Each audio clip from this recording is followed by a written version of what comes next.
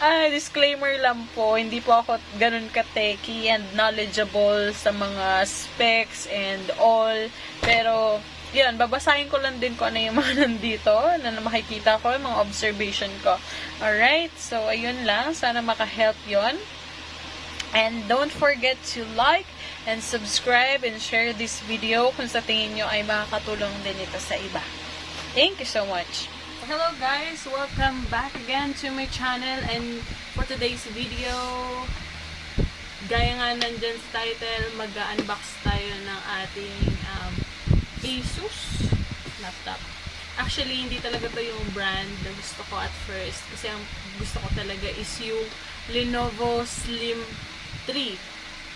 And sadly, hindi siya available sa Lenovo shop, so nag-ikot-ikot na naman ako. And napadpad ako sa Vilman. Then hanap ko yung MSI. Pero binalikan ko siya, wala na. Out of stock na daw yun. So wala na silang na-recommend sa akin na fit doon sa budget ko. This video is not to brag but to share yung mga specs niya, kasi baka naghahanap din kayo ng pasok sa budget nyo, yet maganda din yung specs niya, especially for online class and for editing ng mga contents, ganyan. So, let's go!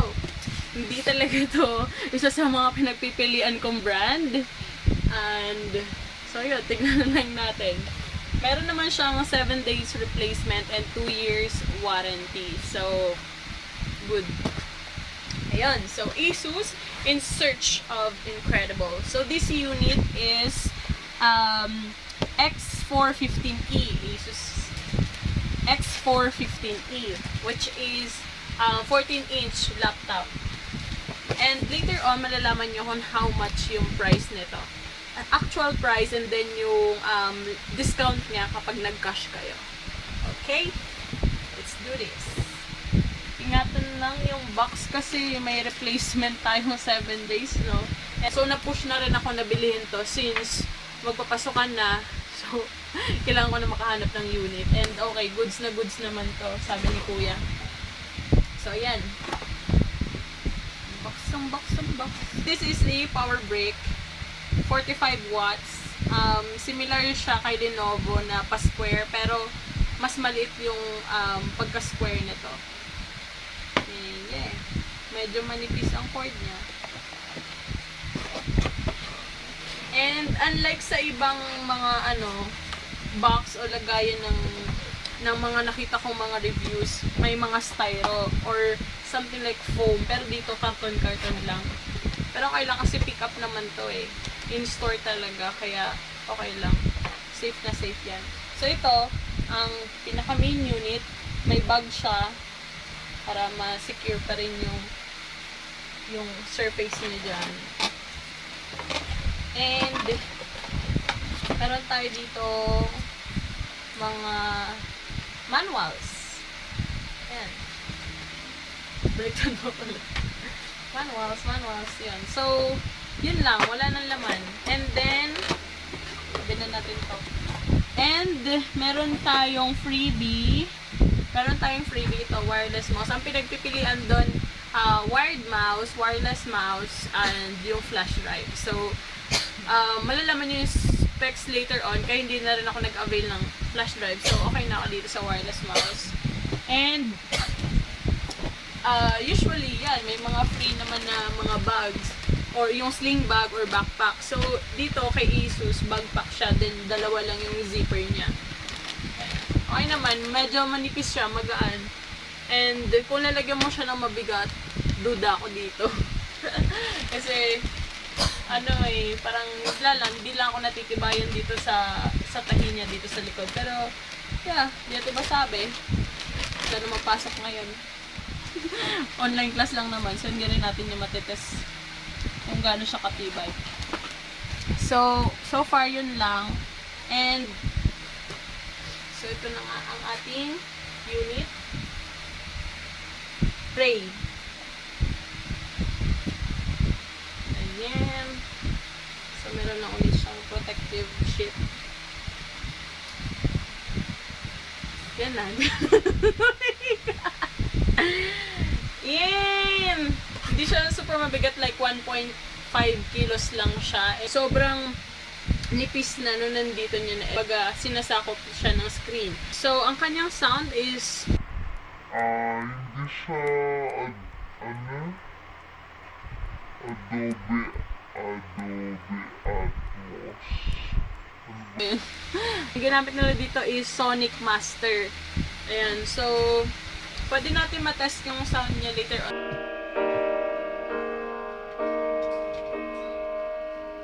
When it rains, it pours, but you didn't even notice. Hi guys! So, ganito yung video niya sa laptop. So, syempre, ano pa bang aasahan natin? Hindi ba? Hindi naman talaga pang photography ang cameras ng ating mga laptops, pero pwede na. Yan, sa video, sa mga meetings, 'di ba?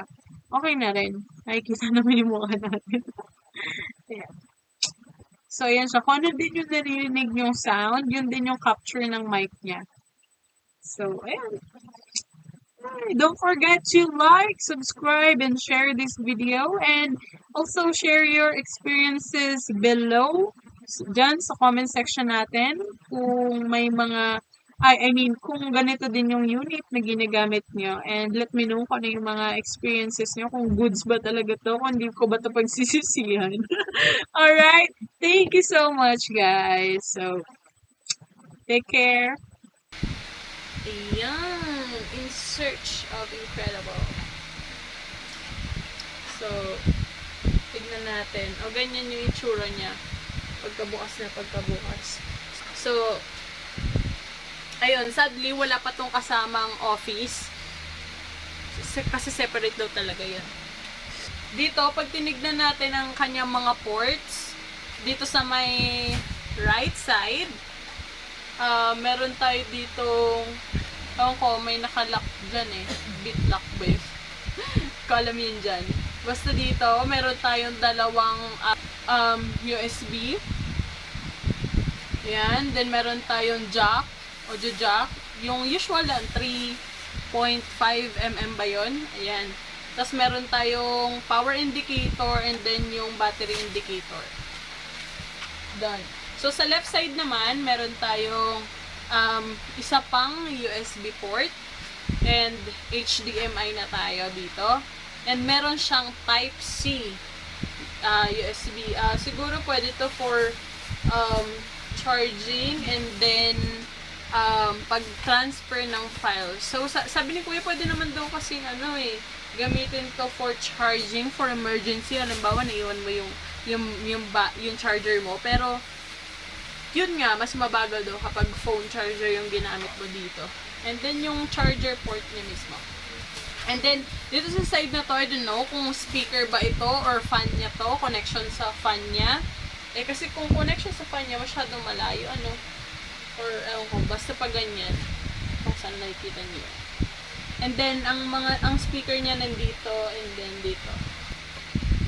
And then yan. Full HD siya, guys. Full HD. So, mas maganda yung quality ng picture. And meron siyang backlight. So, pipindutin lang dito yung F7. Ayan, may iba't ibang level na siya ng brightness. First, second, and third. So, lalo na pag night owl, ganyan, mas nagtatrabaho tayo sa gabi. So, malaking tulong din yung built-in na yung backlight. Wala siyang camera shutter, kasi yun na yung uso-uso ngayon na meron ng built-in na dito, yung isa-slide mo na lang siya. Then, hindi ka na makikita kasi lalo na sa mga meeting, di ba, na hindi natin namamalayan, hindi natin napapansin na naka-open cam pala tayo. Pero, may sagot naman doon. May nabibili naman na camera shutter or privacy film na nasa slide. Gaya ng nilagay ko dito sa phone ko na luma. Ayan o. May nabibili naman ganyan. Mura lang naman yan. So, didikitan na lang. Yun na lang yung sagot dyan. May logo din ditong isa pa sa harapan. Yan sa baba. Ayan. And makikita natin dito sa keyboard niya, parang may pa ilalim ganun. Ayan o. May mga curve dyan. Edges. Ayan. And, tingin ko hindi naman nag-fade. Tingin ko hindi nag-fade yung keyboard niya. Tingin ko lang Kasi parang pag kinakapa ko malalim eh. Pero yun nga, better na lang siguro lagyan din natin siya ng protection dito. Yung silicone film para ma-save natin yung long-lasting yung keyboard niya. And malaki din yung tracking pad niya kaysa sa dun sa luma kong ginagamit na computer.